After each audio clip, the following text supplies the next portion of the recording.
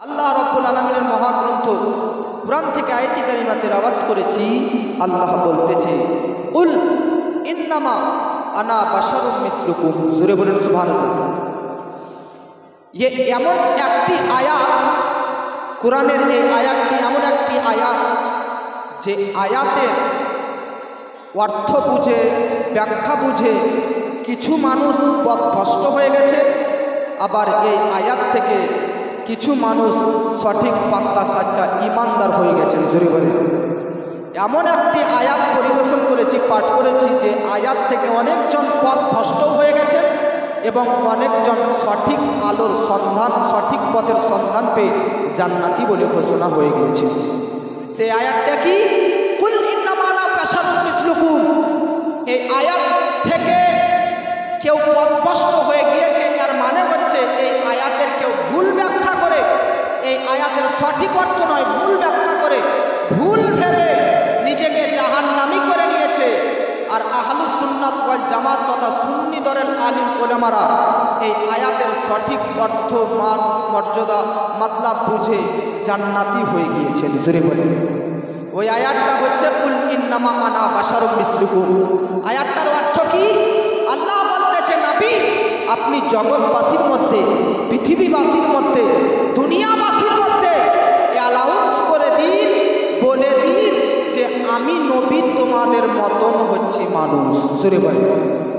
আমার আপনার নবী সাল্লাল্লাহু আলাইহি ওয়াসাল্লাম উম্মতগণদেরকে বলতেছে আমি তোমাদের মতনই একটা বাশার, তোমাদের মতন মানুষ।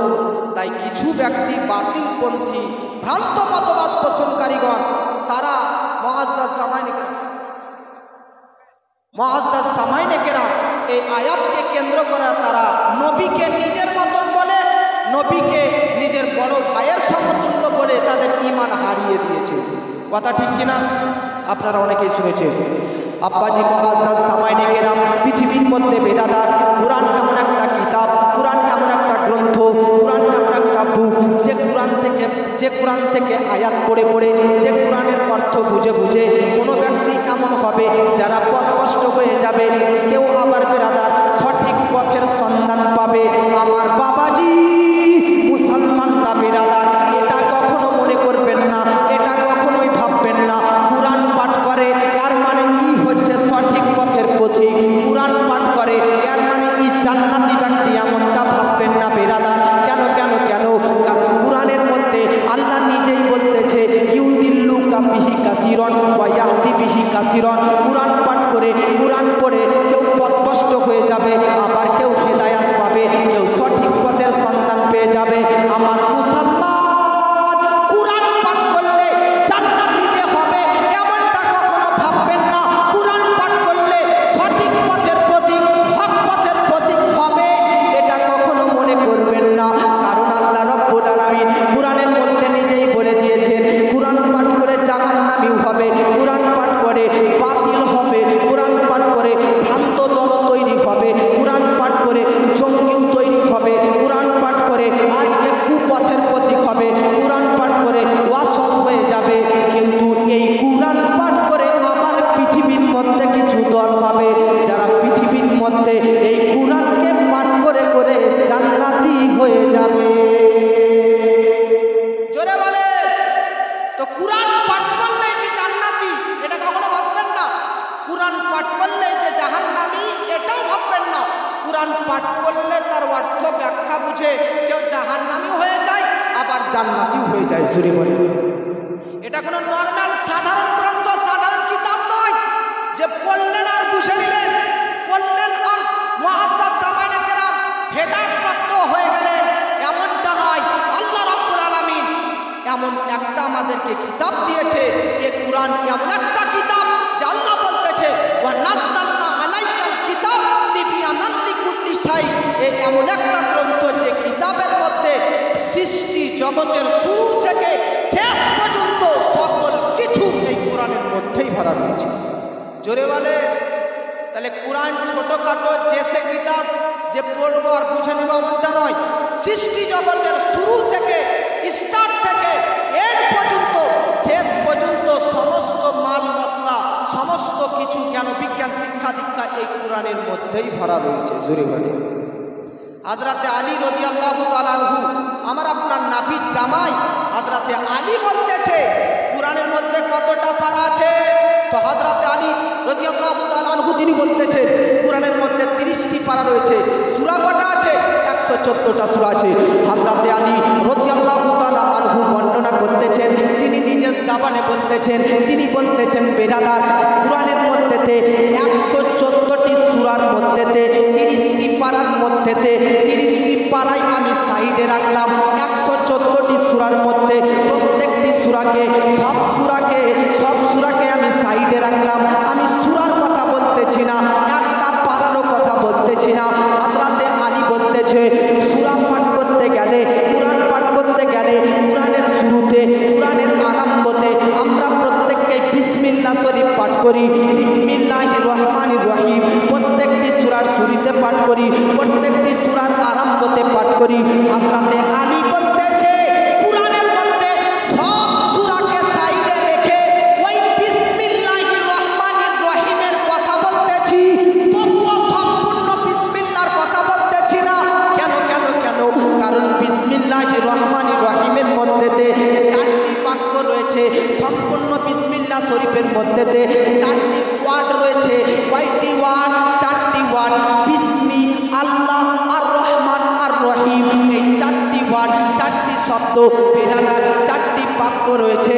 হযরতে আলী বলতেছে সম্পূর্ণ বিসমিল্লাহর মধ্যে 4টি বেরাদার মিল্লাত ইসলামিয়া বাক্যর মধ্যে 3টি বাক্য ছেড়ে দিলাম, অর্থাৎ শেষের দিক দিয়ে আর রহিম ছাড়লাম, আর রহিম ছাড়লাম, আর রহমান ছাড়লাম, আল্লাহ এই বাক্যটাও ছাড়লাম। তাহলে বিসমিল্লাহির রহমানির রহিমের মধ্যে রহিম ছেড়ে দিলে, রহমান ছেড়ে দিলে, আল্লাহ শব্দটা ছেড়ে দিলে শুধু বিসমি এই শব্দটা থেকে যায়। হযরতে আলী বলতেছে শুধুমাত্র জাস্ট ওয়ানলি বিসমি শব্দটার মধ্যেতে, বিসমি বাক্যটার মধ্যেতে, বিসমি এই ওয়ার্ডটির মধ্যেতে 3টি লেটার আছে, 3টি অক্ষর আছে।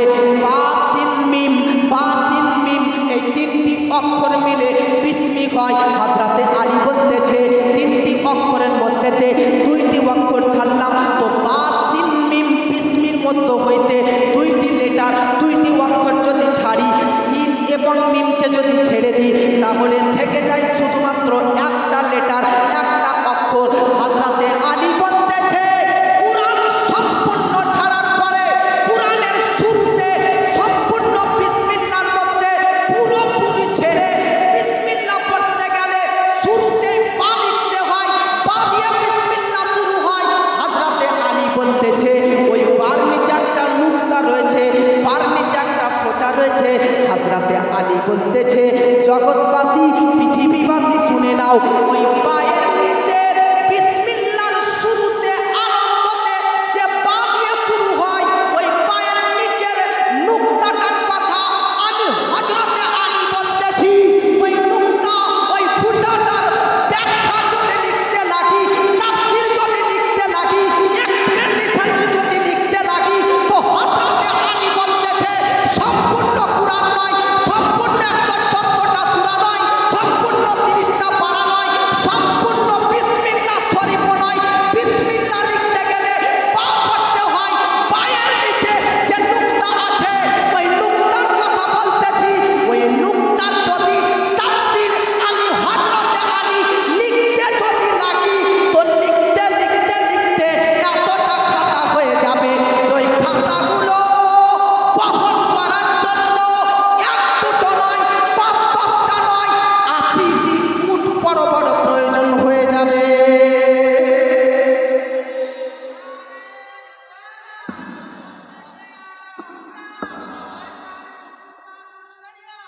তো ভাবুন মুসলমান, কোরআনের মধ্যে 114টা সূরা, 30টি পারা। আপনাকে বেরাদার আমি তো অক্ষরের নিচে নুকতার কথা বললাম, ফুটার কথা ভাবলাম।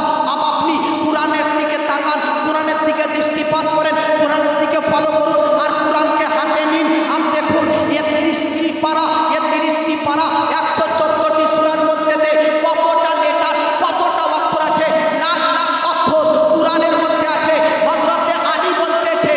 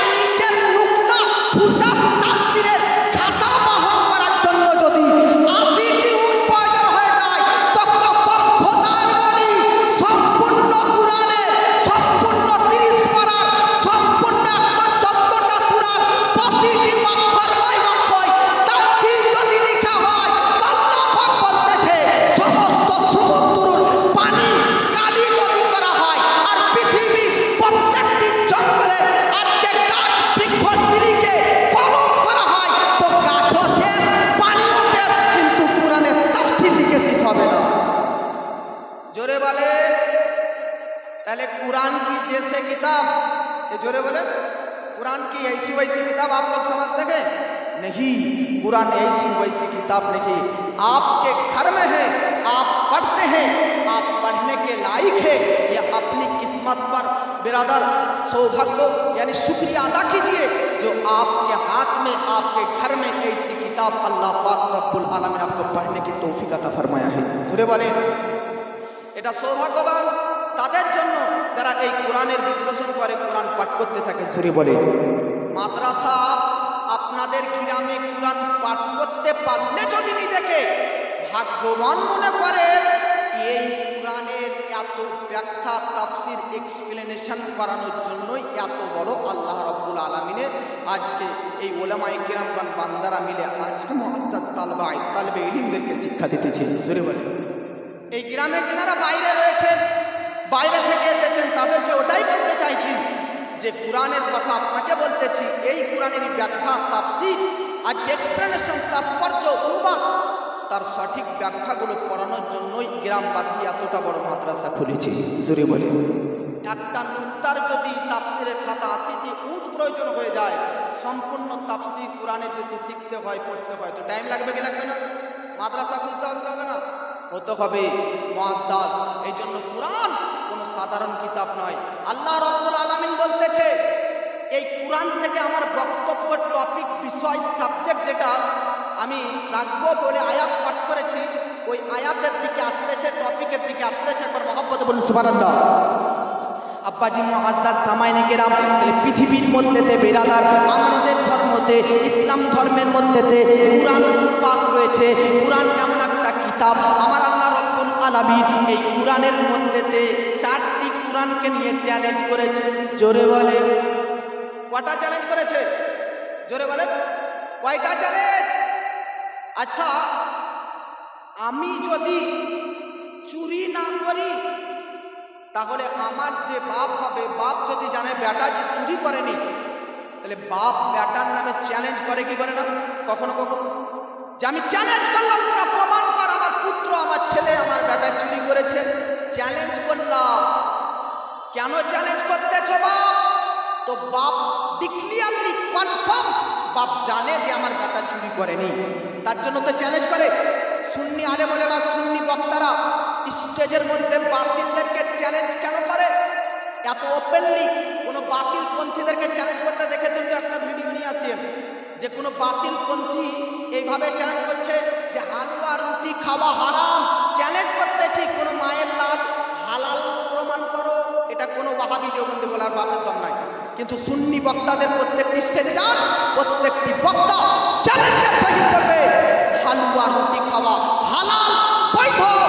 যদি কেউ হারাম প্রমাণ করতে পারে, আব্বাজি মুআজ্জাজ সামাইনে কিরাম, তাহলে বেরাদার চ্যালেঞ্জ, শপথ, প্রতিশ্রুতি বেরাদার এগুলো যখন তখন যে কেউ করতে পারে না। চ্যালেঞ্জ তখনই হয় যখন কনফার্ম, পাক্কা, একদম খাঁটিভাবে আপনার জানা থাকে। বাপের যদি জানা থাকে যে বেটা চুরি করেনি, বেটা খারাপ কাজের পথের পথিক নয়, বেটা অসৎ কাজ করতে পারে না, তখন বাপ বেটাকে নিয়ে চ্যালেঞ্জ করতে থাকে। ঠিক সেই রকম মহান আল্লাহ রাব্বুল আলামিন, আমার আল্লাহ পাক, আপনার আমার স্রষ্টা, আপনার আমার সৃষ্টিকর্তা কোরআনের মধ্যেতে 4বার চ্যালেঞ্জ করেছেন, 4বার কোরআনকে নিয়ে চ্যালেঞ্জ করেছেন। প্রথমবার চ্যালেঞ্জ আল্লাহ সম্পূর্ণ কোরআনকে নিয়ে চ্যালেঞ্জ করতেছে, যেটা কোরআনের মধ্যে বর্ণিত রয়েছে, কুল্লা ইন ইজতামাতিল ইনসু ওয়াল জিন্নু। আল্লাহ রাব্বুল আলামিন শুধু ইনসান মানব জাতি নয় বেরাদার, জিন জাতিকেও পর্যন্ত চ্যালেঞ্জ করেছে। জিন জাতিকেও পর্যন্ত আল্লাহ চ্যালেঞ্জ করেছেন যে চ্যালেঞ্জ করতেছি সমস্ত জগৎবাসীকে, সমস্ত জগৎবাসীকে, সমস্ত মানববাসীকে। কি চ্যালেঞ্জ করতেছ? আল্লাহ পাক বলতেছে সম্পূর্ণ 30 পারার মধ্যে সাবারের মধ্যেও ভুল নাই, অক্ষর তো দূরের কথা, সাবারের মধ্যেও ভুল নাই। এই ব্যাপারে আমি চ্যালেঞ্জ করতেছি, যদি তোমরা কোরআনটাকে হালকা কিতাব ভাবো, যে সে কিতাব ভাবো, আজকে এইরকম ওই রকম কিতাব ভাবো, তো আমি আল্লাহ সম্পূর্ণ কোরআনকে নিয়ে চ্যালেঞ্জ করতেছি। বাপের যদি, মায়ের যদি হালালি রক্তে জন্মগ্রহণ করে থাকিস, তাহলে পারলে কোরআনের মতন আর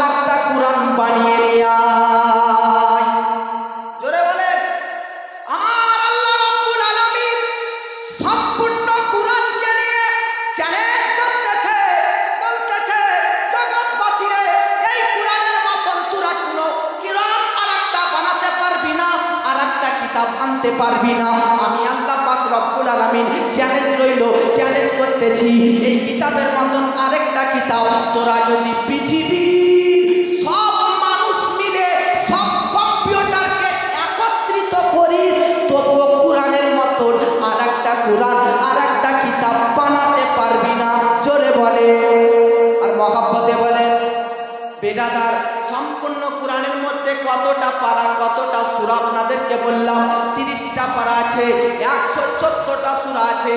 আমার প্রেম বলে, আমার দিল বলে, ওগো আল্লাহ, সম্পূর্ণ কোরআনের মধ্যে 30টা পারা, 114টা সূরা, বিশাল বড় হয়ে যাচ্ছে। 114টা সূরা মেলা বড় হয়ে যাচ্ছে।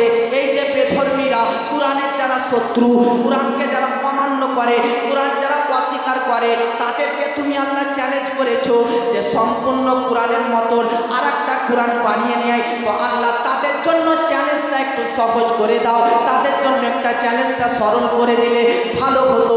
কেন কেন? কারণ 30টা পারা মেলা বড় হয়ে যাচ্ছে, বাতিল না বলতে পারে এত বড় কিতাবের।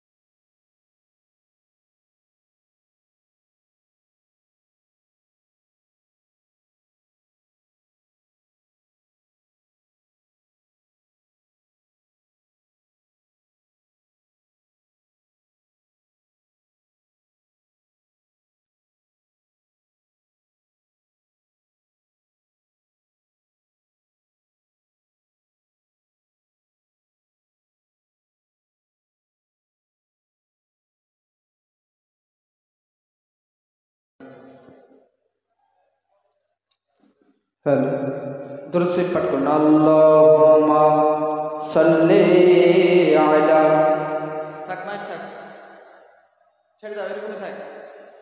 মুহাম্মদ ওয়া আলা আলি সাইয়্যিদ কে ভালোভাবে, মাইকটা এরকমই থাক, আগাবাড়া করিয়েন না। ভালোভাবে ये जाने ज़माना ज़माना ज़माना ज़माना, ভালোভাবে ये जाने ज़माना, মুস্তাফারি মতো আর কেউ হবে না। হাজিরাতে সামুসা বনে, হাজিরাতে সামুসা বনে, ধন্য হতাম যদি সে নবীর উম্মত হলে। হাজিরাতে সামুসা বলে, ধন্য হতাম যদি সে নবীর উম্মত হলে। রহমতে আলামিন, রহমতে আলামিন, রহমতে আলামিন, খেতাব কেউ পাবে না, মুস্তাফারি মতো আর কেউ পাবে না। জোরে বলেন আরেকবার, হাত উঠিয়ে বলুন সুবহানাল্লাহ। এদিকে আর কিছু হাত উঠে না, যুবক ছেলেরা সবাই হাত উঠে বলুন সুবহানাল্লাহ। হ্যালো ভাই, আর ডিস্টার্ব করিয়েন না গো, এরকম করে বারবার ডিস্টার্ব যদি করেন তাহলে বক্তব্য রাখতে ভালো লাগবে? জেনারেটরের ডিস্টার্ব হচ্ছে না লাইনের ডিস্টার্ব হচ্ছে কিছু বুঝতেই পারছি না। আচ্ছা আচ্ছা আচ্ছা, মাইক বলার কোনো দোষ নেই, তো ঠিক, একটু কারেন্টের হচ্ছে। আর মহব্বত করেন সুবহানাল্লাহ। আব্বাজি মুআজ্জাজ সামাইনে কেরাম, তাহলে আমি বলতেছিলাম আপনারা একটু ধ্যান দিয়ে দিন। ধ্যান দিয়েছেন তো? আমি জানি বেরাদার, আপনারা বলতেছেন হুজুর এবারও ধ্যান দেবো না, নাহলে এবার ধ্যান দিলে আবার ডিস্টার্ব করবে, আবার ধ্যান ভঙ্গ হয়ে যাবে। কিন্তু এবার ধ্যান দিন, ইনশাআল্লাহ বোধহয় আর ডিস্টার্ব হবে না। যারা যারা ধ্যান দেবেন তারা একবার মহব্বতে বলুন সুবহানাল্লাহ। আব্বাজি মুআজ্জাজ সামাইনে কেরাম, তাহলে আমি বলতেছিলাম কোরআনের মধ্যে আল্লাহ কতটা চ্যালেঞ্জ করেছে। একটা আপনারা না বললে ভালো লাগবে না, কতটা চ্যালেঞ্জ করেছে? 4টি চ্যালেঞ্জ করেছে। কোরআনকে নিয়েই আল্লাহ চ্যালেঞ্জ করেছে। কাদেরকে চ্যালেঞ্জ করেছে? যারা কোরআনকে অস্বীকার করে, যারা কোরআনকে অমান্য করে, যারা কোরআনকে মানে না, তাদেরকে আল্লাহ চ্যালেঞ্জ করতেছে। ও কোরআনের অস্বীকার শুনে নে, যদি তোরা বলিস কুরআন বেফালতু কিতাব, কুরআন এইসি ওয়াইসি এইরকম ওই রকম কিতাব, কুরআন আজকে ভুলভাল কিতাব, তো আল্লাহ বলতেছে প্রথম চ্যালেঞ্জ সম্পূর্ণ কুরআনকে নিয়ে 30টি পারা নিয়ে 174টি সূরা নিয়ে আল্লাহ বলতেছে দম যদি থাকে আলালি মায়ের রক্তে যদি জন্মগ্রহণ করে থাকিস, আজকে বাপের বৈধ আজকে ভাবে যদি জন্মগ্রহণ করে থাকিস, তাহলে কুরআনের ব্যাপারে শুধু বকাবকি না করে কুরআনের মতন আর একটা কিতাব, আর একটা গ্রন্থ, আর একটা বইকে পারলে বানিয়ে নিয়ে আই। জোরে বলেন।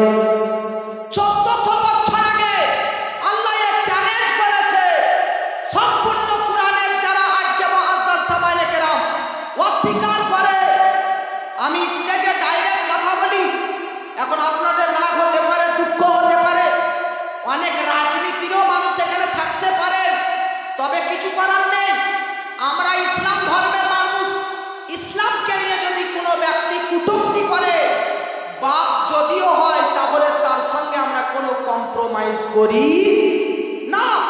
ইসলামকে নিয়ে যদি কেউ কটূক্তি অশ্লীল ভাষা ব্যবহার করে, ভাই যদি হয়, তবুও তার সঙ্গে তার আজকে আমরা বিরোধিতা করতে ছাড়ি না। তো বাপ নিজের ভাই কুরআন ইসলামের ব্যাপারে বিরুদ্ধাচারণ করলে তাকেও আমরা কথা না বলে ছাড়ি না। আপনারা হয়তো শুনেছেন ভারতবর্ষের পশ্চিম বাংলার মুখ্যমন্ত্রী জানাবা মমতা ব্যানার্জি কুরআনকে নিয়ে একটা কথা বলেছিল যে আমার রাজনীতি, আমার তৈরিকৃত সিস্টেম তো চালু থাকবে, কুরআন মিটে যাবে, কুরআন শেষ হয়ে যাবে, কুরআনের আইন শেষ হবে, কুরআনের ডিসিপ্লিন, কুরআনের ল শেষ হবে, কিন্তু আমি মুখ্যমন্ত্রী তৈরিকৃত সিস্টেম, আইন, ডিসিপ্লিন শেষ হবে না। বলুন নাউজুবিল্লাহ। এই কথাটা সত্য না মিথ্যা? আপনারা হয়তো বেরাদার মিল্লাত ইসলামের সবাই শুনেছেন, কে শুনেননি? অবশ্যই শুনেছেন। এই জন্য বেরাদার আমি বলতে চাই তাদেরকে, যারা বেধর্মীরা কুরআনকে নিয়ে আঘাত করে, কুরআনকে নিয়ে কটূক্তি করে, তাদেরকে আল্লাহ রব্বুল আলামিন 4টি চ্যালেঞ্জ করেছে। তার মধ্যে প্রথম চ্যালেঞ্জ হচ্ছে সম্পূর্ণ কুরআনকে নিয়ে, সম্পূর্ণ বেরাদার 30টি পারা নিয়ে বেরাদার মিল্লাত ইসলামিয়া। এবার আমি তখন যে কথাটা আপনাদেরকে বলতেছিলাম, মন দিয়ে ধ্যান দিয়ে বেরাদার কর্ণপাত করুন, দৃষ্টিপাত করুন। বেরাদার মিল্লাত ইসলামিয়া সম্পূর্ণ কুরআন, পুরো কুরআনের মধ্যে 30টি পারা আছে, মেলা লম্বা বেরাদার হয়ে যাবে। অনেক বড় বড় সূরা রয়েছে, অনেক বড় বড় আয়াত রয়েছে। আল্লাহ রব্বুল আলামিন পাবেন বেরাদার জগৎবাসীর মধ্যে যারা কুরআনের কাফির, যারা কুরআনকে অস্বীকারী, কুরআনের অমান্যকারী, তাদের উপর আল্লাহ নিজের চ্যালেঞ্জকে, নিজের পাওয়ারকে, চ্যালেঞ্জকে একটু হালকা করলো, সরল করলো, সহজ করলো। আর আল্লাহ পাক বলতেছে জগৎবাসী সম্পূর্ণ কুরআনের মতন আর নয়, ফাতুবি আশারিবি সুয়ারিন মিসলি, পানির যদি দম যদি থাকে তো 30টি পারা নয়, 114টা সূরা নয়, 10টি সূরার মতন সূরা বানিয়ে নিয়ে আয়। যদি তোরা কুরআনকে ভুলভাল কিতাব ভাবিস, যে সে কিতাব ভাবিস, তাহলে ওরে বেঈমানদারে, পারলে কুরআনের বেরাদার 10টা সূরার মতন আরো 10টা সূরা বানায় নিয়ে আয়। এবার বেরাদার কুরআন পাঠ করবেন, বড় বড় সূরা রয়েছে, 10টা সূরাও অনেক বড় হয়ে যাচ্ছে। আল্লাহ পাক বলতেছে যা যা যা যা কাফির, তোদের জন্য চ্যালেঞ্জটা আরেকটুকু হালকা করলাম, 3 নম্বর চ্যালেঞ্জ করলাম। আর 10টা সূরা নয়, 3 নম্বর চ্যালেঞ্জ, ফাতুবি সূরাতিন মিসলি, পারলে একটা সূরার মতন সূরা বানিয়ে নিয়ে আয়। যে কুরআনকে তোরা মিথ্যা বলিস, যে কুরআনের আইন বেরাদার অস্বীকার করিস, যে কুরআন বেরাদার নষ্ট হয়ে যাবে, যে কুরআন শেষ হয়ে যাবে, বিনাশ হয়ে যাবে, যে কুরআনের ব্যাপারে তোরা বলা বলি করিস, পারলে তোরা একটা সূরার মতন আর একটা সূরা বানিয়ে নিয়ে আয়। বেরাদার একটু মন দিন, প্রথম চ্যালেঞ্জ আল্লাহ 114টা সূরা নিয়ে করেছিল। চ্যালেঞ্জ সহজ করে 10টা সূরাতে আল্লাহ চ্যালেঞ্জ করলো, 10টা সূরা অনেক বড় হয়ে যাচ্ছে। তাই আল্লাহ দ্বিতীয় চ্যালেঞ্জ একটা সূরা নিয়ে বলতেছে যে পারিস যদি একটা সূরার মতন সূরা বানিয়ে নিয়ে আয়। এক একটা সূরা আপনি কুরআনের মধ্যে পড়বেন, কোন সূরাতে 200টা আয়াত আছে, কোন সূরাতে 150টা আয়াত আছে, কোন সূরাতে 250টার উপরে আয়াত আছে। আমার আল্লাহ পাক বলতেছে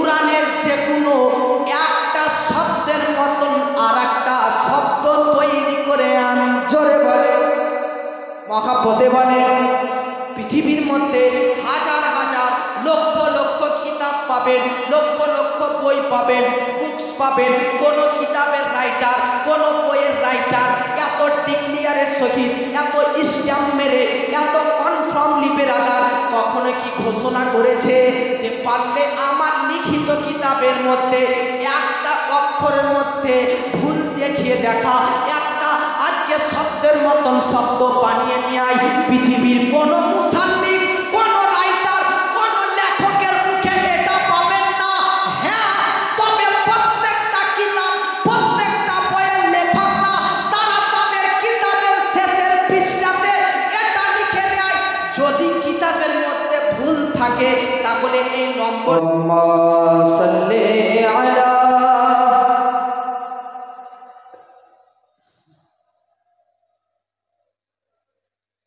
وعلى آل سيدنا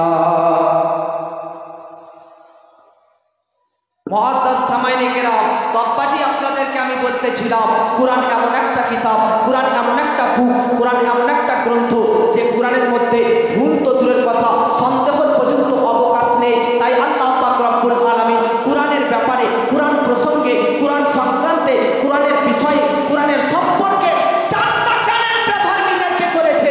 আর বেধর্মীদেরকে করেছে কুরআনের ব্যাপারে, বেধর্মীদেরকে চারটা চ্যালেঞ্জ করেছে।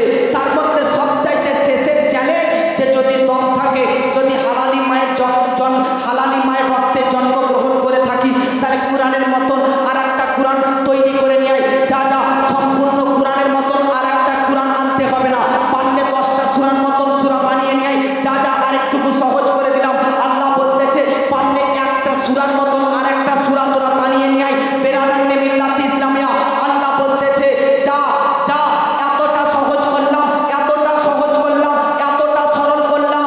কুরআন যদি তোরা এইরকম ওইরকম যে কিতাব ভাবিস, তাহলে পারলে কুরআনের মতন, কুরআনের মধ্য থেকে যে কোনো একটা শব্দের মতন আর একটা শব্দ তৈরি করে এনে দে। বলুন তো বেরাদার, এ চ্যালেঞ্জ আল্লাহ রাব্বুল আলামিন 1400 বছর আগে, 1400 বছর আগে বেরাদার করে রেখে দিয়েছেন কুরআনের মধ্যে। আর 1400 বছর পর কুরআনের বহু শত্রুরা উঠে গেছে। তারা বলতেছে কুরআনকে শেষ করে দিব, তারা বলতেছে কুরআনকে বিনাশ করে দিব, তারা বলতেছে কুরআন ধ্বংস হয়ে যাবে। আমি তাদেরকে বলতে চাই কুরআনের মধ্যে এখনো 4টি চ্যালেঞ্জ রয়েছে। তোদের চাইতে বড় বড় লিডার, বড় বড় সরদার, বড় বড় মাস্টার, বড় বড় সরদার, আবু জেহেলের মতন ব্যক্তি, উতবার মতন ব্যক্তি, উতাইবার মতন ব্যক্তি, সাইবার মতন ব্যক্তি, ওয়ালিদের মতন ব্যক্তি, আস ইবনে ওয়াইলের মতন ব্যক্তি, আবু জেহেলের মতন ব্যক্তি, আবু লাহাবের মতন ব্যক্তি, এইরকম ইন্টারন্যাশনাল কুখ্যাত নবী বিদ্বেষী, ইসলাম বিদ্বেষী কুরআনের মধ্যে এই 4টা চ্যালেঞ্জকে অ্যাকসেপ্ট করতে পারেনি। আর পৃথিবীর মধ্যে কোন কাফের কুরআনের বিপক্ষে আর আল্লাহ চ্যালেঞ্জকে নিয়ে উত্তর দিতে পারেনি, জবাব দিতে পারেনি। এই জন্য বেরাদা, যখন 1400 বছর আগে এইরকম ছোটখাটো ব্যক্তিত্ব কি এদের বাপ দাদারা চ্যালেঞ্জ গ্রহণ করতে পারেনি, তো কসম খোদার বলতেছি আজও পারেনি। আর কিয়ামত পর্যন্ত কুরআনকে ভুল প্রমাণ করতে পারবে না, এবং কুরআনের ব্যাপারে আর একটা কিতাবও তৈরি করতে পারবে না। যেমনটা কিতাব, যেমনটা কুরআন 1400 বছর আগে ওই রকম, ওই অবস্থায়, ওই আয়াতি, ওই সূরায়, ওই শব্দই 1400 বছর আগে নাবির যুগে যেমনই ছিল, আজকে 2025-এ ওই রকম আছে। আর কিয়ামত পর্যন্ত কুরআনের প্রত্যেকটা অক্ষর আয়াত ওই রকমই থাকবে। জোরে বলেন, কুরআনের মধ্যে চেঞ্জ হওয়া, পরিবর্তন হওয়া ইম্পসিবল, কখনোই সম্ভব নয়, কখনোই বাস্তবে পরিণত হবে না। জোরে বলেন। আব্বাজি মুআজ্জাজ সামাইনে কিরাম, কুরআনের এতটা পাওয়ার কি করে হলে, কুরআনের পাওয়ার এতটা কিভাবে হলো, কুরআনের ক্ষমতা এতটা কিভাবে হলো, কুরআনের মর্যাদা এতটা কিভাবে বাড়লো, কুরআনের বেরাদার ক্ষমতা এতটা কিভাবে বাড়লো, কুরআনের বৈশিষ্ট্য এতটা কিভাবে বাড়লো। জোরে বলেন। একটা ভাবার বিষয় কিনা যে কুরআন এতটা দামি কিতাব কেন, এতটা দামি কিতাব কেন? একজন ব্যক্তি বলতেছে হুজুর কোরআন এতটা দামি কিতাব এই জন্য যেহেতু কোরআন দুনিয়ার কোনো সৃষ্টির ভাষা বাণী বার্তা নয়, এটা সৃষ্টিকর্তার রব তাআলার বাণী। জোরে বলেন। কোরআনের প্রত্যেকটি কথা কোনো মানুষ বা মানবের। হ্যালো, কেউ যদি খেতে বাকি থাকেন খেয়ে নিন। এই আর কিছুক্ষণের মধ্যেই আজকের এই সভার যিনি প্রধান বক্তা, সুদূর আসামের বরপেটা থেকে যিনি আসছেন, কিছুক্ষণের মধ্যে স্টেজে আসবেন। আপনারা কেউ যাবেন না, দেখবেন কেমন একটা বক্তা আমরা নিয়ে এসেছি অনেক দূর থেকে, সেটা আসামের বরপেটা বলে একটা জেলা, সেই জেলা থেকে তিনি কিছুক্ষণের মধ্যেই ডায়াসে আসছেন। তিনি আজকের এই প্রোগ্রামের প্রধান বক্তা, তিনি কিছুক্ষণের মধ্যেই আপনাদের সামনে ওয়াজ নসিহত করবেন। আপনারা কেউ যাবেন না। যদি কেউ খেতে বাকি থাকেন, খাওয়া দাওয়ার কাজ শেষের দিকে আমরা বন্ধ করে দেব, আপনারা খেয়ে নিতে পারেন। কেননা প্রধান বক্তা ডায়াসে আসার আগেই আমরা খাওয়া দাওয়া শেষ করতে চাইছি। আপনারা খেয়ে নিন। খাওয়ার সঙ্গে সঙ্গেই প্রধান বক্তাকে আমরা আমাদের এই প্রোগ্রামের যিনি প্রধান বক্তা সুদূর বরপেটা আসাম থেকে এসছেন, তিনাকে আমরা ডায়াসে নিয়ে আসব।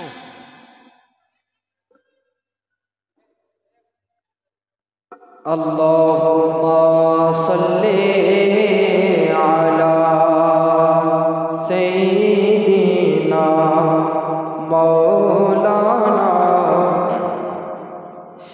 চোখের পলকে তুমি হতে পারো লাশ, চিরতরে বন্ধ হবে তোমার নিঃশ্বাস। চোখের পলকে তুমি হতে পারো লাশ, চিরতরে বন্ধ হবে তোমার নিঃশ্বাস। হবে আলাম তোমার নাম মসজিদের মাইকে, হবে আলাম তোমার নাম মসজিদের মাইকে। বাড়িওয়ালা নাই রে বাড়ি নাই রে দুনিয়াতে, বাড়িওয়ালা নাই রে বাড়ি নাই রে দুনিয়াতে, বাড়িওয়ালা নাই রে বাড়ি নাই রে দুনিয়াতে, বাড়িওয়ালা নাই রে বাড়ি নাই রে দুনিয়াতে। চোখের পলকে তুমি হতে পারো লাশ, চিরতরে বন্ধ হবে তোমার নিঃশ্বাস।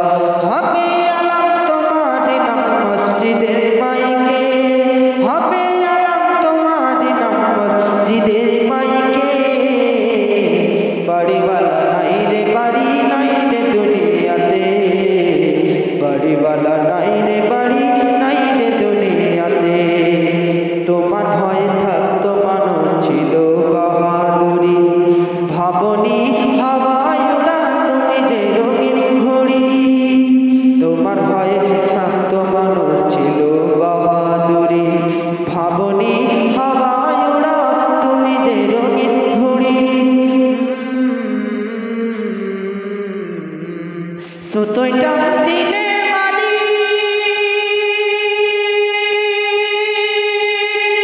ও,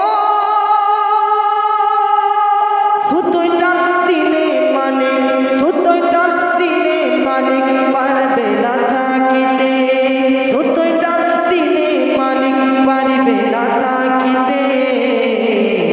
বাড়িওয়ালা নাই রে বাড়ি নাই রে দুনিয়াতে, বাড়িওয়ালা নাই রে বাড়ি নাই রে দুনিয়াতে, বাড়িওয়ালা নাই রে বাড়ি নাই রে দুনিয়াতে, বাড়িওয়ালা নাই রে বাড়ি নাই রে দুনিয়াতে।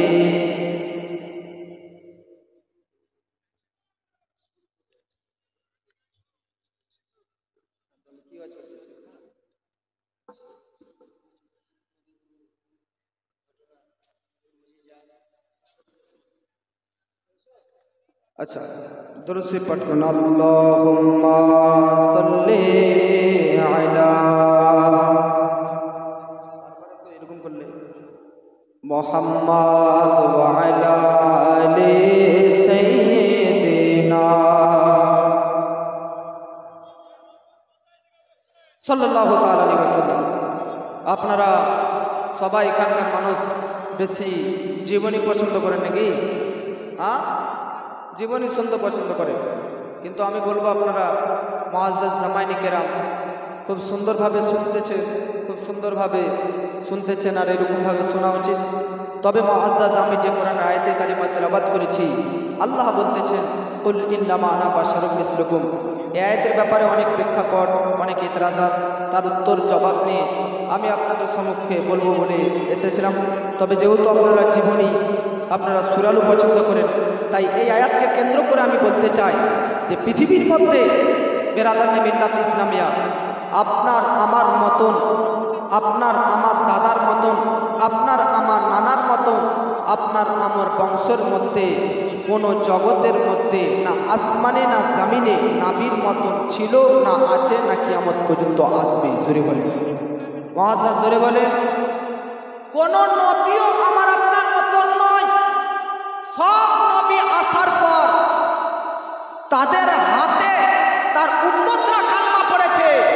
এমন একটা আমার নবী যিনার ওপর পৃথিবীতে আসার পর নয়, বরং পৃথিবীতে পৃথিবীতে পদার্পণ করার আগে নবী প্রতি ঈমান এনে দিয়েছেন। জোরে বলেন। সব নবী এসেছে, আদম নবী এসেছেন, বড় হয়েছে, ইসলামের প্রচার শুরু করেছেন, তারপর আজকে ঈমান এনেছে। নূহ নবী ইসলামের প্রচার প্রসার আরম্ভ করেছেন, তারপর তিনার উম্মতিরা, তারপর তার উম্মতরা তিনার প্রতি ঈমান এনেছেন। কিন্তু আমার আপনার নবী এমন নবী পৃথিবীতে এখনো প্রকাশ্যভাবে আসেননি, তবুও তিনার প্রতি অনেকজন অলরেডি ঈমান নিয়ে চলে এসেছিলেন। জোরে বলেন। আব্বাজি মুআজ্জাজ জামাইনে কেরাম এমনই একজন পৃথিবীর মধ্যে ব্যক্তি, এমন একজন ব্যক্তির নাম, এমনই একজন বেরাদার ইতিহাসের পাতায়, এমন একজন ব্যক্তির নাম বেরাদার ইতিহাসের পাতায় পাতায় লিপিবদ্ধ রয়েছে, যিনি বেরাদার আমার আপনার নাবির ওপর, আপনার আমার নবীর ওপর বেরাদার জন্মের পর নয়, নবী পৃথিবীতে আসার পর নয়, বরং নবীজি সাল্লাল্লাহু তাআলা আলাইহি ওয়াসাল্লাম পৃথিবীতে আসার কয়েক বছর আগে বেরাদারনে মিল্লাত ইসলামিয়া তিনি আমার আপনার নবীর প্রতি ঈমান এনেছিলেন। আপনারা হয়তো শুনে অবাক যাবেন, আপনারা হয়তো শুনে আশ্চর্যান্বিত হবেন। ইনি কোন ব্যক্তি? যিনি নবী পৃথিবীতে আসেননি, নবী এখনো পৃথিবীতে জন্মগ্রহণ করেননি, নবীর বাপ দাদারাও পৃথিবীতে আসেননি, নবী তো দূর কি বাত, নবীর মা পৃথিবীতে আসেননি, নবীর আব্বা পৃথিবীতে আসেননি, নবীর বাপ দাদারা কেউ পৃথিবীতে আসেননি। তাহলে নবী কোথা থেকে আসবে? যখন নবী আসেননি, নবীর বাপ মা পৃথিবীতে কেউ জন্ম নেয়নি, নবীর পৃথিবীতে জন্মের 1000 বছর আগে নবীর ওপর একজন ব্যক্তি ঈমান এনে বেরাদার দাস্তেখাত করে দিয়েছিলেন। কোন এমন ব্যক্তি? কে সেই ব্যক্তি যিনি নবীর পৃথিবীতে আসার 1000 বছর আগে ঈমান এনে দিয়েছিলেন? তিনি আপনার আমার মতন সাধারণ কোনো পাবলিক, সাধারণ কোনো জনগণ, সাধারণ কোনো মানুষ নয়।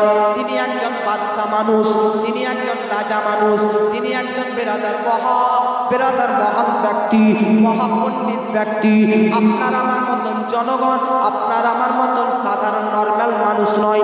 তিনি হচ্ছেন একজন বাদশা, তিনি হচ্ছেন এমন একজন রাজা। এবার আপনাদের মনে প্রশ্ন লাগবে, তিনি কোথাকার রাজা, কোথাকার বাদশা, কোথাকার প্রধানমন্ত্রী, কোথাকার প্রেসিডেন্ট? তাহলে আপনাদেরকে বলি দেয় আমি, বেরাদার সেই শহরটা হচ্ছে ইরাক শহর, সেই দেশটা হচ্ছে ইরাক দেশ। ইরাক শহরের মধ্যেতে, ইরাক দেশের মধ্যেতে একজন রাজা বাস করতো, একজন বাদশা বাস করতো।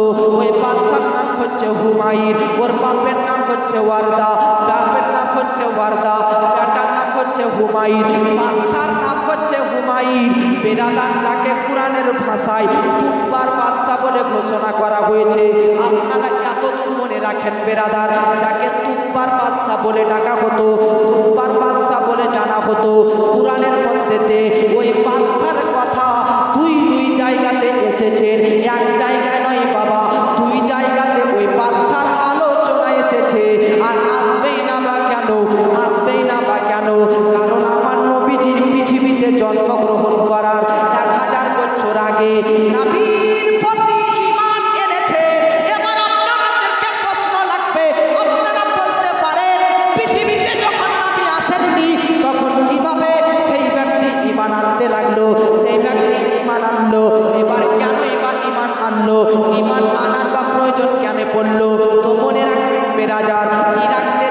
বেরাদার, ইরাক শহরের বাদশাহ, ইরাক শহরের রাজা নবীর পৃথিবীতে আসার 1000 বছর আগে, 1000 বছর পূর্বে বেরাদার, হঠাৎ করে বেরাদার তিনি বাদশাহ মানুষ, রাজা মানুষ। দেখবেন ঠান্ডার টাইমে, শীতকালের মধ্যে আপনাদের এলাকাতে হয় কি হয় না জানা নেই, তবে আমাদের বীরভূম জেলার নলহাটি থানাতে প্রায় যুবক ছেলেদেরকে দেখা যায় অত্যন্ত ঠান্ডাকালে, শীতকালের সময়ে জানুয়ারি মাসের দিকে ফিস্ট খাওয়ার জন্য, আজকে পিকনিক খাওয়ার জন্য বাইরের দেশে আজকে 4 চাকা লরি বাস ভাড়া করে সফরে যাত্রায় ভ্রমণে বের হয় কি হয় না? জানুয়ারি মাসের দিকে যুবক ছেলেরা পিকনিক বা এরকম বয়োজ্যেষ্ঠ বৈকনিষ্ঠ মানুষরা একটা আনন্দে বাইরে ঘুরতে যায় কি যায় না? দূর দূরান্ত জায়গা, দীঘা, কলকাতা, মুম্বাই, ব্যাঙ্গালোর যেগুলো জায়গা দেখার আছে, গ্যাংটক, সব ঘুরতে যায়। আপনি ঘুরতে যান, তেমন ইরাক শহরের সেই বাদশাহ, ইরাক শহরের সেই রাজা মনে মনে চিন্তা করলো, আমি ইরাকের বাদশাহ, তো আমি একবার এই পৃথিবীটা কমপক্ষে ইরাকের আশেপাশের দেশগুলো একটু ভ্রমণ করে দেখব, একটু ঘোরাফেরা করে দেখব, দেখি আমার কত মান্যকারী ব্যক্তিরা আছে, দেখি আমাকে কত ভালোবাসে এরকম মানুষ আছে, দেখি অন্যান্য রাজ্যে আমাকে কেমন প্রেম করে মানুষ, এটা দেখব। তাই বাদশাহ মনে মনে চিন্তা করলো, গাড়ি বার কর। তখন তো আর এরকম লরি, বাস, ফ্ল্যাট, জাহাজ, ট্রেন ছিল না। তখন মানুষ সফর করত ঘোড়ার পিঠে, তখন মানুষ সফর করত উটের পিঠে, তখন মানুষ সফর করত বেরাদার গাধার পিঠে। এ করতো কি করতো না? বাদশাহ বলল, বাদশাহ জানালো যে আমার সঙ্গে আমি যে ঘুরতে যাব, দেশ বিদেশ এলাকাতে ঘোরাফেরা করব, পিকনিক খাবো, সেই জন্য আমার সঙ্গে কিছু সেনাবাহিনী, কিছু গার্ডকে নিয়ে নাও। আপনার এলাকাতে যদি মুখ্যমন্ত্রী আসে তো তার সঙ্গে পুলিশ প্রশাসন, গাড়ির গাড়ি গার্ড, এরা আসে কি আসে না? এ জোরে বলেন, আসে কি আসে না? সামান্য মুখ্যমন্ত্রী আসার আগে তার এলাকাতে গার্ড দেওয়ার জন্য পুলিশ প্রশাসন না থাকে এবং তার সঙ্গে গাড়ির গাড়ি পুলিশ প্রশাসন না আসে, দেশের প্রধান মুখ্যমন্ত্রীর যদি এই ক্ষমতা হয়, প্রধানমন্ত্রী যদি আসে, তাহলে কতটা গার্ড থাকবে? মুখ্যমন্ত্রীর সঙ্গে যদি 5টা গাড়িতে গার্ড পুলিশ প্রশাসন থাকে, তো প্রধানমন্ত্রীর সঙ্গে কম বেশি 20টি গাড়ি তো অবশ্যই গার্ড হিসাবে থাকবে। থাকবে কি থাকবে না? আব্বাজি মুআজ্জাজ সামাইনে কেরাম, বুঝানোর জন্য আপনাকে বললাম। এবার শুনুন বেরাদার, ইরাক শহরের সেই রাজা আমার নবীর পৃথিবীতে বেরাদার জন্ম হওয়ার 1000 বছর আগে, জন্ম হওয়ার 1000 বছর পূর্বে মুআজ্জাজ সামাইনে কেরাম তিনি বেরাদার মিল্লাত ইসলামিয়া গার্ড হিসাবে, আজকে বেরাদার গার্ড হিসাবে তিনার সৈন্য সেনাবাহিনী কম বেশি বেরাদার 1 লক্ষর বেশি সৈন্য সেনাবাহিনীগণকে নিলেন, 1 লক্ষর বেশি সেনাবাহিনী সৈন্য সেনাদেরকে নিলেন, 1 লক্ষ সেনাবাহিনীকে সঙ্গে করে নিলেন। আর বাদশাহ, রাজা, প্রেসিডেন্ট, প্রধানমন্ত্রী 1 লক্ষ গার্ডের মধ্যে বেরাদার দেশ বিদেশের মধ্যে ঘুরতেছে, যেন মনে হতেছে বেরাদার কে এসেছে। 1 লাখ আজকে তার সৈন্য সেনাবাহিনী পুলিশ প্রশাসন দেখে গ্রামের মানুষ যেমন বেরাদার বাদশাহ ইরাক থেকে অন্যান্য দেশে পাড়ি দেয়, অন্যান্য দেশে সফর করে, অন্যান্য দেশে ঘুরতে ঘুরতে যায়, তেমন অন্যান্য দেশের মানুষরা বলতেছে, দেখ দেখ দেখ, লাখ লাখ সৈন্য সেনাবাহিনীর মধ্যে কে আসতেছে, ইনি দেশে ব্যক্তি হবে না, দেশে ব্যক্তি নয়, ইনি হচ্ছেন ইরাক শহরের প্রেসিডেন্ট, ইরাক শহরের প্রধানমন্ত্রী, ইরাক শহরের রাজা, ইরাক শহরের বাদশাহ। চল চল চল, ইনার হাত চুমার জন্য আমরা যাই। বিরাদার মিল্লাত ইসলামিয়া একটা বক্তা ইন্টারন্যাশনাল, তার হাত চুমার যদি সুযোগ না পান, তাহলে দেশের প্রধানমন্ত্রীর হাত ধরার সুযোগ কি পাওয়া যায়? কখনো পাওয়া যাবে না। তাই ইরাক শহরের বাদশাহ হাজার হাজার সেনাবাহিনীর মধ্যেতে, হাজার হাজার গার্ডের মধ্যেতে তিনি মধ্যে দিয়ে মধ্যে সফর করতেছেন, দেখতেছেন বাদশাহ তাকে অন্যান্য রাজ্যের মানুষরা অত্যন্ত আনন্দ, অত্যন্ত খুশির সহিত, অত্যন্ত বেরাদার চাকচমটের সহিত তার ওয়েলকাম করতেছে, তাকে স্বাগতম জানাচ্ছে, তাকে শুভেচ্ছা জানাচ্ছে, তাকে অভিনন্দন জানাচ্ছে। ইরাকের প্রধানমন্ত্রী, ইরাকের বাদশাহ যেই শহরে যায় সেই শহরের মানুষ অত্যন্ত জাকজমটের সহিত ফুল ছিটাতে ছিটাতে, কার্পেট বিছাতে বিছাতে যেন বাদশাকে বেরাদার স্বাগতম জানায়, বাদশাকে শুভেচ্ছা জানায়, বাদশাকে অভিনন্দন জানায়। জানাবে না কেন? বাদশাহ যেহেতু রাজ্যের মধ্যে আসতেছে, বাদশাহ যেহেতু এলাকার মধ্যে আসতেছে, বাদশাহ দেখতেছে আর খুশি হতেছে। প্রধানমন্ত্রীর দৃশ্যগুলো দেখতেছে, লাখ লাখ মানুষ আজকে অন্যান্য রাজ্যের মানুষরা আমাকে কেমনভাবে সম্মান দিতেছে, রেসপন্স দিতেছে, রেসপেক্ট দিতেছে। বাদশাহ তার রেসপন্স দেওয়া দেখে অত্যন্ত আনন্দিত হয়ে, অত্যন্ত খুশি হয়ে, অত্যন্ত বেরাদার আনন্দ পায়। ঘুরতে ঘুরতে ঘুরতে ঘুরতে ঘুরতে বাদশার যে মন্ত্রী আছে ওই মন্ত্রী বলে, বাদশাহ গো, প্রত্যেকটা দেশ ঘোরাফেরা হয়ে গেছে, এবার চলেন আমরা আমাদের নিজের রাজ্যে ফিরে যাই, নিজের দেশে ফিরে যাই। প্রধানমন্ত্রী বলতেছি, সব দেশ তো ঘুরলাম, কিন্তু একটাই দেশ বাকি থাকলো, একটাই সিটি বাকি থাকলো, একটাই শহর বাকি থাকলো। বাদশাহ বলতেছে, কোন শহরটা ঘোরা বাকি থাকলো? তখন মুখ্য আজকে মন্ত্রী বলতেছে, জাহাপানা বাদশাহ, সেই দেশটা হচ্ছে মক্কা শহর। মক্কা এমন একটা নাম, মক্কা এমন একটা দেশ, ওই দেশের মধ্যে চলুন, আপনি একটু চলুন, সেই দেশটা একটু ঘোরাফেরা করে আসি। কেন কেন? কারণ মক্কার মধ্যে তো একটা গৃহ আছে, একটা কালো রঙের ঘর আছে, একটা বাড়ি আছে, সেই বাড়ি সেই ঘরের চতুর্দিকে মুসলমানরা, মুসলিমরা আজকে তওয়াফ করতে থাকে, ঘোরাফেরা করতে থাকে। সেই আজকে কাবা শরীফ তার নাম বলে, সেই কাবা শরীফ, বাইতুল্লাহ শরীফের মুসলিমরা খুবই সম্মান করতে থাকে। জানেন বাদশাহ, আপনি বাদশাহ হয়ে নিজের রাজ্য থেকে বেরিয়ে অন্য রাজ্য থেকে গিয়ে ঘোরাফেরা করে আসলেন, কিন্তু মক্কার মধ্যেতে এমন একটা কাবা শরীফ আছে যে কাবা শরীফে দেখার জন্য অন্য রাজ্য থেকে মানুষরা আজকে দূর দূরান্ত থেকে সফর করে কাবা শরীফকে দেখতে আসে।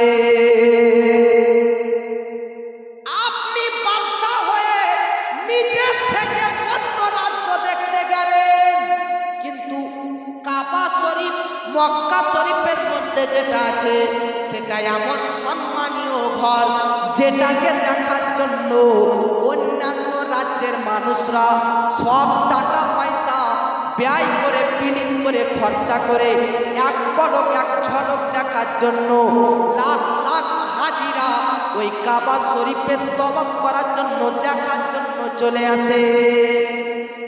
বাদশাহ মনে মনে ভাবলো, বাদশাহ তো বেধর্মী মানুষ, মনে মনে ভাবলো, মুসলমানরা এতটা দামি, মক্কা শহরটা এতটা দামি, কাবা শরীফের এতটা দামি যে পৃথিবী থেকে এদেশ ওদেশ থেকে সব মানুষ উঠে এসে এই মক্কা শরীফে আসে। চল তো দেখি তো মক্কা শরীফটা একটু ঘুরে আসি। বাদশার কথা শুনে আজকে মুখ্য মন্ত্রী যিনারা ছিলেন, সেনাবাহিনী যিনারা ছিলেন, গার্ড যিনারা ছিলেন, 1 লাখ গার্ড সেনাবাহিনীর সঙ্গে করে নিয়ে মক্কা শরীফের মধ্যে প্রবেশ করতেছে। জোরে বলেন।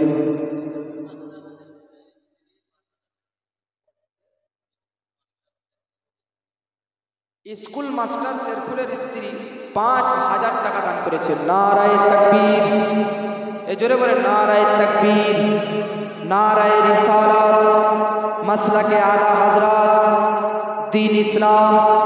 5000 টাকার দাতা, জিন্দাবাদ বলেন। তাহলে আপনারা আমার কথা বুঝতে পারছেন? বুঝতে পারছেন কিনা? বাদশাহ অন্যান্য রাজ্য, দেশ বিদেশ সব ঘোরাফেরা করার পর শেষে মক্কা শরীফটা ঘোরার জন্য ওই মক্কা শহরটা একটু দেখার জন্য তার 1 লাখ গার্ড সেনাবাহিনী সৈন্যদেরকে নিয়ে মক্কা শরীফে প্রবেশ করেছে।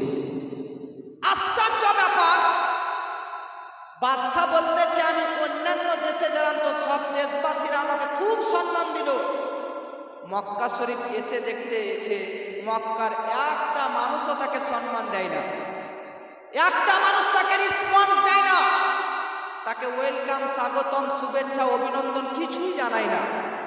বাদশা রেগে গিয়ে বলল, এটা কোন শহরে এসে পড়লাম যে শহরের মানুষ এতটুকু পরিমাণ সম্মান করে না, একটুকুও রেসপন্স দেয় না, গুরুত্বই দেয় না, প্রাধান্যই দেয় না, আমি প্রধানমন্ত্রী মানুষ।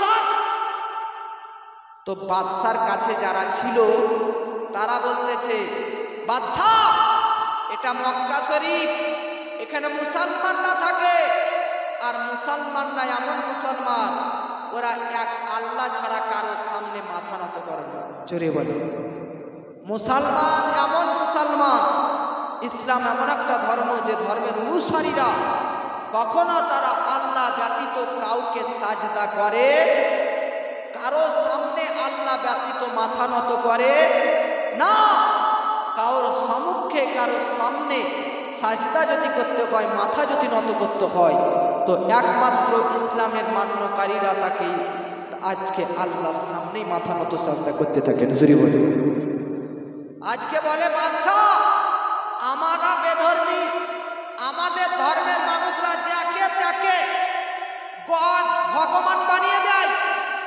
একটা ডাক্তার যদি আমাদেরকে চিকিৎসা করে আমাদের রোগকে ভালো করে দেয়, তো আমাদের ধর্মের মানুষ ওকেও ভগবান বলে দেয় যে আপনি আমার জন্য ভগবান, আপনার দেওয়া ওষুধের কারণে আমি ঠিক হলাম।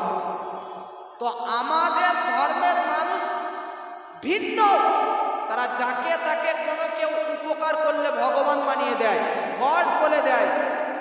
কিন্তু ইসলাম ধর্মের মান্যকারী যারা, তারা পৃথিবীর মধ্যে কোনো মানুষকে আল্লাহ বলে নাই, একমাত্র মহান স্রষ্টা একজনকেই আল্লাহ বলে দাবি করে।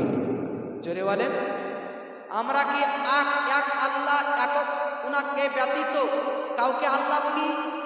জোরে বলেন, কাউকে আল্লাহ বলি, কাউকে খোদা বলি? ডাক্তার যদি আমাদের উপকার করে তো আমরা প্রথমে আলহামদুলিল্লাহ বলে আল্লাহর শুকরিয়া আদায় করে হাকিকাত আর মাজাজান আর এই রকম ডাক্তারকে কৃতজ্ঞতা জানাই, থ্যাঙ্কস জানাই, ধন্যবাদ জানাই।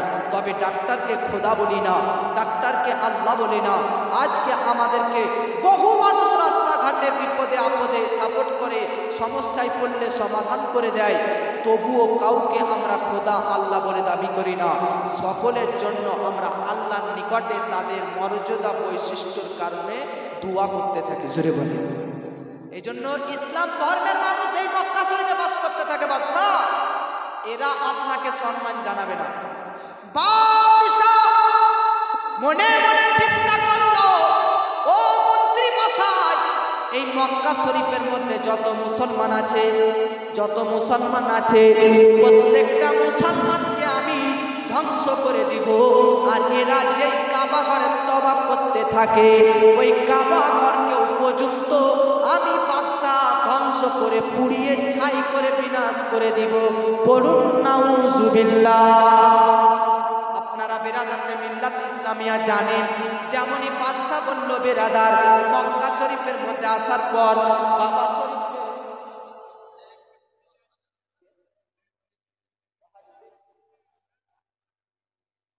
নারায়ে তাকবীর, নারায়ে রিসালাত, মাসলাকে আলা হযরত ওয়াহাজউদ্দিন সাহেব 10,000 টাকার দাতা। জোরে বলেন জিন্দাবাদ। আচ্ছা, একজন ব্যক্তি হাত করেন তো যে আমি 1000 টাকা দেব মহব্বতে। কাবা শরীফ এবং আল্লাহর আপনারা বান্দা এক আল্লাহকে মান্য করেন, এই সূত্রে কোনো এমন একজন ব্যক্তি আছে যে বলবে যে হ্যাঁ বাস্তবিক 1000 টাকা দিয়ে এরকম ভাবে বলুন তো? 1000 টাকা মাত্র, এত বড় মাজলিসের মধ্যে একজন ব্যক্তি হাত করেন, আমার বক্তব্য আগে বাড়াবো। কেউ আছেন এরকম 1000 টাকা দাতা? ওয়াহাজউদ্দিন সাহেব 10,000 টাকা দিয়েছেন আপনাদের এই এলাকার মানুষ। আপনাদের মধ্যে আছেন কেউ 1000 টাকা? মাত্র 1000 টাকা, 3টি সৈন্যযুক্ত 1000 টাকা দাতা। নারে তাকবীর, নারে রিসালাত।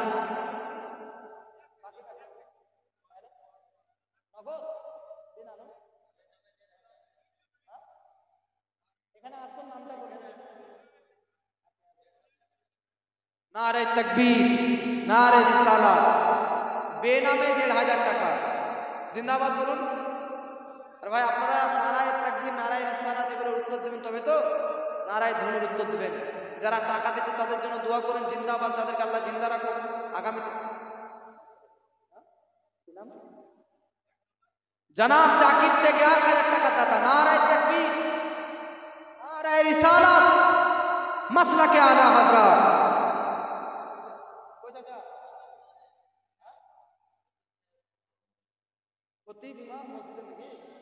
মাশাআল্লাহ মাশাআল্লাহ। আপনাদের খতিব সাহেব 1000 টাকা দান করেছেন। নারায়ে তাকবীর। যাই হোক, আমি যেটা চেয়েছিলাম আল্লাহর অশেষ কৃপাতে সেটার বেশি পেয়ে নিয়েছি নাকি। একটা চেয়েছিলাম 1000, কিন্তু দুটো চলে এসেছে। যাই হোক, তাহলে আমার কথা অনুযায়ী আমার বক্তব্য আগে বাড়াচ্ছি। বাদশাহ যেমনই বলেছে মক্কার মুসলমানদের এত সম্মান, কাবা শরীফের এত পাওয়ার, আমি কাবা শরীফকে ধ্বংস করে দেবো। বলুন নাউজুবিল্লাহ। আচ্ছা বলেন তো, কাবাতে কোন রঙের চাদর আছে? জোরে বলেন। কালো হোক আর সাদা হোক আর সবুজ হোক, চাদর আছে কিনা? আমি ওই যুগের কথা বলছি যে যুগে কাবার ওপর কেউ চাদর চাপাতো, তখন চাদর চাপা হতো না। তাহলে আপনারা আমার এখানে শুনতে পাবেন কোন এমন ব্যক্তি যে কাবা শরীফের ওপর সর্বপ্রথম চাদর চাপিয়েছে? কোন এমন একজন ব্যক্তি, তার নাম বলে দিচ্ছি, যে কাবার ওপর, কাবা শরীফের ওপর চাদর চাপিয়েছে সর্বপ্রথম? কে সেই ব্যক্তি যে কাবার ওপর সর্বপ্রথম চাদর চাপিয়েছে?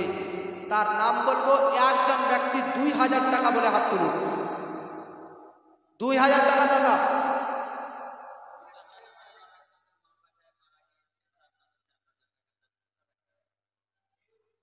নূরজাহান আল্লাহ রাখা ইন্তেকাল করেছেন, তেনাদের দুজনেরই নামে 4000 টাকা দান করেছে। আল্লাহ পাক এই দানকে কবুল করুক এবং তেনাদের দুজনকে জান্নাতের উচ্চ স্থানে আল্লাহ রাব্বুল আলামিন যেন রাখে, সেই তৌফিক দান করুক। আল্লাহুম্মা আমিন। নারায়ে তাকবীর, নারায়ে রিসালাত। 4000 টাকার দাতা জিন্দাবাদ। আছেন একজন ব্যক্তি 2000 টাকা দাতা, তাহলে আমি কাবা শরীফের ওপর কে সর্বপ্রথম চাদর চাপিয়েছিল ওনার নাম ঘোষণা করে দেবো আপনাদের মধ্যে। 2000 টাকা দাতা মাত্র। এখন আপনারা কেউ চলে যাবেন না। আসামের সুবিখ্যাত বক্তা, ইন্টারন্যাশনাল বক্তা, খ্যাতনামা বক্তা, তিনি আসতেছেন আপনাদের সম্মুখে। আর মাত্র 10-20 মিনিটের মধ্যে প্রবেশ করবেন। ঢুকতেছে, নালা লাগাতে হবে নাকি? আচ্ছা, মুআজ্জাজ জামাইনে কেরাম, এ দেখেন আসতেছে মাশাআল্লাহ আসাম থেকে হুজুর। নারায়ে তাকবীর, নারায়ে রিসালাত, মাসলাকে আলা হযরত, মাসলাকে আহলে সুন্নাত। প্রধান বক্তার আগমন, আপনারা বলেন শুভেচ্ছা স্বাগতম। প্রধান বক্তার আগমন, প্রধান বক্তার আগমন, প্রধান বক্তার আগমন হযরত আল্লামা মাওলানা মুফতি হায়দার আলী সাহেব কিবলা। নারায়ে তাকবীর, নারায়ে রিসালাত। আমি আমার বক্তব্য আর আগে বাড়াচ্ছি না, যেহেতু হুজুর চলে এসেছেন। তবে মুআজ্জাজ জামাইনে কেরাম, যেটা বলতেছিলাম, ওই মক্কার বাদশা বলল 2 মিনিট 5 মিনিটের মধ্যে আমার ওয়াজ শেষ করতেছি। যিনি বলল যে কাবাকে ধ্বংস করব, যেহেতু মুসলমানদের এত পাওয়ার, তাই যেমনই বলেছে কাবা মুসলমানকে ধ্বংস করব, সঙ্গে সঙ্গে তার প্যারালাইজ হয়ে যায়, পুরো শরীরটা তার ওয়াকেজও হয়ে যায়, পুরো শরীরটা ওয়াফ হয়ে যায়, বন্ধ হয়ে যায়, নড়াচড়া করা বন্ধ। ওয়াফ ব্যাপারটা কি? লাখ লাখ মানুষ, প্রধানমন্ত্রীর শরীর প্যারালাইজ হয়ে গেছে, হাজার হাজার MBBS পাস ডক্টররা আজকে চিকিৎসা করে, তবুও তাকে সুস্থ করতে পারেনি। শেষ প্রান্তে মক্কার একজন বিজ্ঞ আল্লাহওয়ালা ডাক্তার এসে বলে, তোমার এই অসুস্থতার কারণ, আজকে কাবা ভাঙার কারণ আনতে হয়েছে। অতএব তুমি একমাত্র আল্লাহর কাছে ক্ষমা চাও, তাহলে তোমার এই সুস্থতা লাভ করবে, অসুস্থতা দূর হবে, না হলে পৃথিবীর কোনো ডাক্তারে মুক্ত দিতে পারবে না। আজকে সেই বাদশা কাবার এত ক্ষমতা পাওয়ার যে কাবাকে ভাঙবো বললাম আমি নিজেই, তার জন্য প্যারালাইজ হয়ে গেল। যা তওবা করতেছে আল্লাহ, আর কখনো কাবাকে ভাঙবো না। সঙ্গে সঙ্গে প্যারালাইজ থেকে মুক্ত পেয়ে আবার পুনরায় সুস্থ হয়ে গেলে। জোরে বলে সেই বাদশা, ওর নাম হুমায়ুন ইবনে বারদা, তুব্বার বাদশা বলা হয়। সে বাদশা কাবার আজকে এত পাওয়ার মর্যাদা বৈশিষ্ট্য দেখে তিনি সেই ব্যক্তি যিনি কাবার ওপর সর্বপ্রথম আগে চাদর চাপিয়ে দিয়েছিলেন। জোরে বলে কাবার সম্মানার্থে, কাবার এতটা পাওয়ার দেখে নবীর এটা জন্মের 1000 বছর আগে কাবার ওপর চাদর চাপিয়ে দেয়। চাদর চাপানোর পর মক্কাবাসীরা বলে, আপনি আজকে কাবার চাদর চাপালেন? হ্যাঁ, কাবাতে একটু প্রবেশ করতে চাই। বাদশাহ প্রবেশ করলো, ইসলামের ব্যাপারে বহু সে ব্যক্তি জানলো, জানার পর বলল, এই মক্কার কাবা শরীফের আজকে রক্ষক হয়ে পৃথিবীর মধ্যে একজন মানুষ জন্মগ্রহণ করবে, তার নাম হবে মোহাম্মদ। তিনি শেষ রসুল, শেষ নাবি বলে গণ্য হবে। তিনি এই কাবার রক্ষা করবে, আজকে তিনি পৃথিবীর শেষ নবী হবে। এই ব্যাপারে বহু লম্বা ঘটনা রয়েছে। বাদশাহ এটা শোনার পর আজকে অ্যানাউন্স করলো, আমি 1000 বছর আগে ওই নবী মোহাম্মদের প্রতি ঈমান এনে দিলাম। সুরে বলে বাদশাকে বলা হলো, বাদশাহ আপনি জানেন এই মক্কার পাশে আর একটা দেশ আছে 300 কিলোমিটার দূরে, ওই দেশের নাম মদিনা। চলুন ওই মদিনাতে যাই।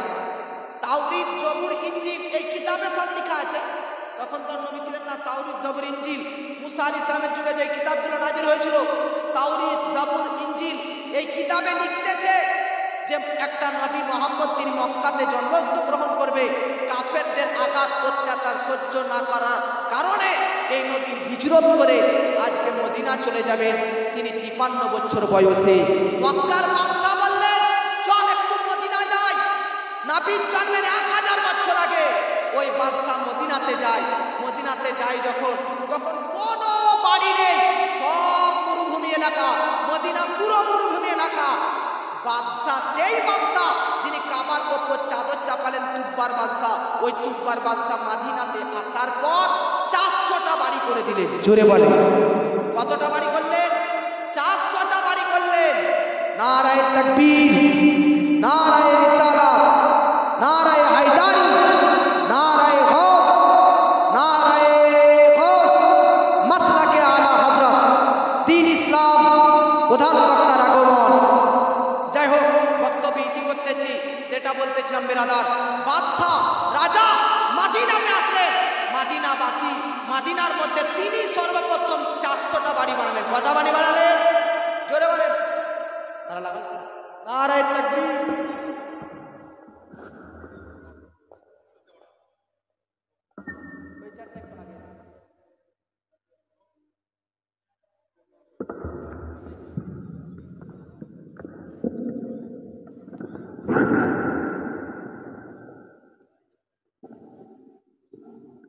যাই হোক, মাশাআল্লাহ প্রধান বক্তা স্টেজের মধ্যে চলে এসেছেন। আমি বলতেছিলাম, বাদশাহ মদিনাতে আসার পর তিনি জানতে পারলেন যেহেতু নবী আমার মক্কাতে 53 বছর জীবনযাপন করার পর মদিনাতে আবার আসবেন।